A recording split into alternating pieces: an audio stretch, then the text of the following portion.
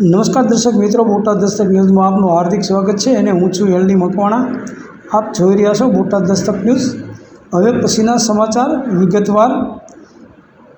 દર્શક મિત્રો, આપ જોઈ રહ્યા છો એ જૂનાગઢના દેવદાનભાઈ મુછડિયા છે અને તેઓનું કહેવું સાચું છે, કારણ કે એટ્રોસિટી એક્ટમાં અધિકારીઓને ફરિયાદ લેવી ગમતી જ નથી અને સરકારનું દબાણ હોય કે પછી ગમે તેનું દબાણ હોય, પણ એટ્રોસિટી એક્ટમાં ફરિયાદ લેવી એમને ગમતી નથી।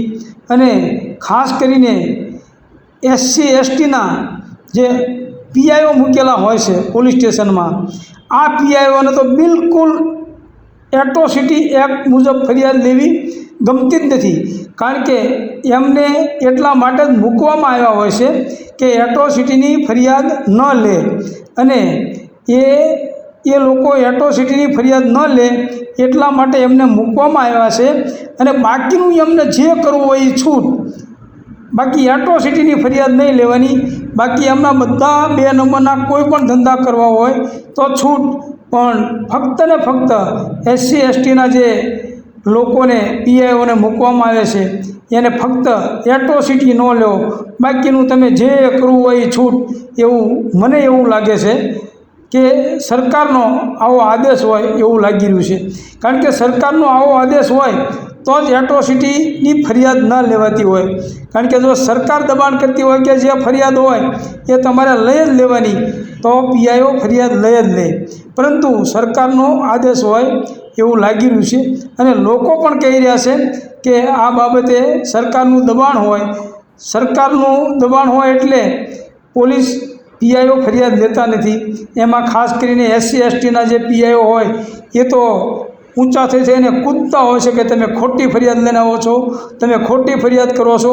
એ પોતે જજ બની જાય છે, પીઆઈઓ જજ બની જાય છે, એ કોર્ટ ચલાવવા માંડે છે કે તમે ખોટી ફરિયાદ લઈને આવ્યા છો। આ બાબતે ખરેખર લોકો પણ આવું કહી રહ્યા છે કે આ બાબતે પીઆઈઓને ખરેખર કાન પકડવા જોઈએ કે ભાઈ તમે આ ફરિયાદ કેમ નથી લેતા, સરકારે કાન પકડવા જોઈએ। પરંતુ સરકારની મિલીભગતના કારણે એટ્રોસિટી એક્ટ મુજબની ફરિયાદ લેવાતી નથી। એ દેવદાનભાઈ જે મુછડિયા છે તેઓની વાત ખરેખર સાચી છે। Botad Dastak news, LD Makwana, Botad. જય ભીમ, નમો બુદ્ધાય। મિત્રો, હું દેવદાનભાઈ મુછડિયા, પ્રમુખ સમસ્ત અનુસૂચિત જાતિ સમાજ જૂનાગઢ જિલ્લા। આપ સૌ જાણો છો તે પ્રમાણે સમગ્ર ગુજરાતમાં એટ્રોસિટી એક્ટના જે કેસો બને છે એ કેસોમાં ટેબલ જામીન આપવાનો એક સિલસિલો ચાલુ થયો છે। એમાં ખાસ કરીને અમારે જૂનાગઢ જિલ્લામાં ટેબલ જામીન આપવાની પ્રથા નહોતી, પણ અમુક નવા ડીવાયએસપીઓ આવ્યા પછી અમારા જિલ્લામાં આ પ્રથા ચાલુ કરી છે। એટલે આ બાબતે સમાજ સમક્ષ મારે ઉપસ્થિત થવાનું થયું છે। હું આપને જણાવી દઉં કે ક્રિમિનલ એપ્લિકેશન નંબર 1278/2021માં સુપ્રીમ કોર્ટે એક ચુકાદો આપીને કીધું છે કે એટ્રોસિટી એક્ટમાં કોઈ પણ ફરિયાદીને સાંભળ્યા વગર આરોપીને જામીન આપી શકાય નહીં। અને એટ્રોસિટી એક્ટની કલમ 15ની જોગવાઈ મુજબ એટ્રોસિટી એક્ટની કલમ 15 એવું કહે છે કે તમે કોઈ પણ આરોપીને જામીન આપો તો ફરિયાદીને સાંભળ્યા સિવાય તમે આપી ના શકો। હવે જૂનાગઢ જિલ્લાની અંદર 5 જજો છે જે એટ્રોસિટીના કેસો હલાવે છે, એમાં 4 જજો એવો આગ્રહ રાખે છે કે તમે આરોપીને રજૂ કરો। એક જ જજ મૌખિક એમ કહે છે, જજ છે એ મૌખિક એમ કહે છે કે તમે એટ્રોસિટીવાળા 7 વર્ષથી નીચેના આરોપીને રજૂ ના કરો। હવે જૂનાગઢ પોલીસ છે કે ગુજરાત પોલીસ છે, એ અરણેશ કુમારનું જે જજમેન્ટ છે કોલકાતા હાઈકોર્ટનું, એ અરણેશ કુમારનું જજમેન્ટ બતાવીને એમ કહે છે કે એમાં એમ કીધું છે કે 7 વર્ષથી નીચેવાળાને પોલીસે ટેબલ જામીન આપવા। હવે અહીં તો તમે નોટિસ આપીને જ છોડો છો। અને બીજી વાત કે ટેબલ જામીન આપવાનું જે અરણેશ કુમારનું જજમેન્ટ છે એ 498ના સંદર્ભમાં છે, અને તમને ખ્યાલ હશે તો 498ને સુપ્રીમ કોર્ટે હવે એવું કીધું છે કે 498માં સીધો ગુનો દાખલ નહીં કરતા, પહેલાં કન્સલ્ટેશન કરાવવું, પતિ પત્ની બેયનું કન્સલ્ટેશન થયા પછી ગુનો દાખલ કરવો। એટલે જે કલમના સંદર્ભમાં ચુકાદો અપાયેલો છે એને તમે બીજા સ્પેશિયલ એક્ટમાં લાગુ ના કરી શકો। એટલે આ બાબતે જામનગરના ડિસ્ટ્રિક્ટ સેશન જજ દ્વારા આરોપીને ફરિયાદીને સાંભળ્યા વગર આરોપીને જામીન આપી દીધા.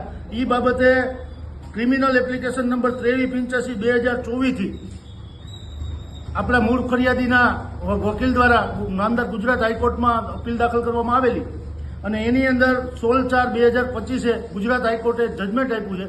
એ જજમેન્ટમાં ગુજરાત હાઈકોર્ટે સેશન જજને ખખડાવ્યા છે કે તમે કલમ 15નો અનાદર કરી અને ફરિયાદીને સાંભળ્યા વગર જામીન ના આપી શકો. પણ આમ છતાં આ પોલીસના જે આઈઓ છે એ સેશન જજથી પોતાના ઉપર સમજે છે એટલે એ ટેબલ જામીન આપી દે છે અથવા નોટિસ આપીને છોડી મૂકે છે. એટલે આ બાબતે આપણે આવતા સોમવારે રેન્જ આઈજી સાહેબ ને એસપી સાહેબ અને ડીજી સાહેબ ત્રણેયને કાગળ લખું છું. ત્રણેયને કાગળ લખી અને આ જે લોકો આપે છે ટેબલ જામીન એ અધિકારીઓ સામે કાર્યવાહી કરવાની માગણી કરું છું. અને 15 દિવસની રાહ જોવાની છે. 15 દિવસ પછી આપણે એક સિનિયર એડવોકેટ સાથે હાઈકોર્ટમાં વાત થઈ છે. સિનિયર એડવોકેટ રોકીને આ જે લોકો આપે છે, જે આઈઓ ટેબલ જામીન આપે છે કે નોટિસ આપીને છોડી મૂકે છે, એ આઈઓને જોડીને આપણે હાઈકોર્ટમાં જઈ રહ્યા છીએ. અને એમાં સિનિયર વકીલ રોકીએ છીએ એની 4-5 લાખ રૂપિયા ફી હોય, પણ મારે એમની સાથે વાત થઈ છે માત્ર 1 લાખ રૂપિયાની ફી સાથે એ કેસ લડવા તૈયાર છે.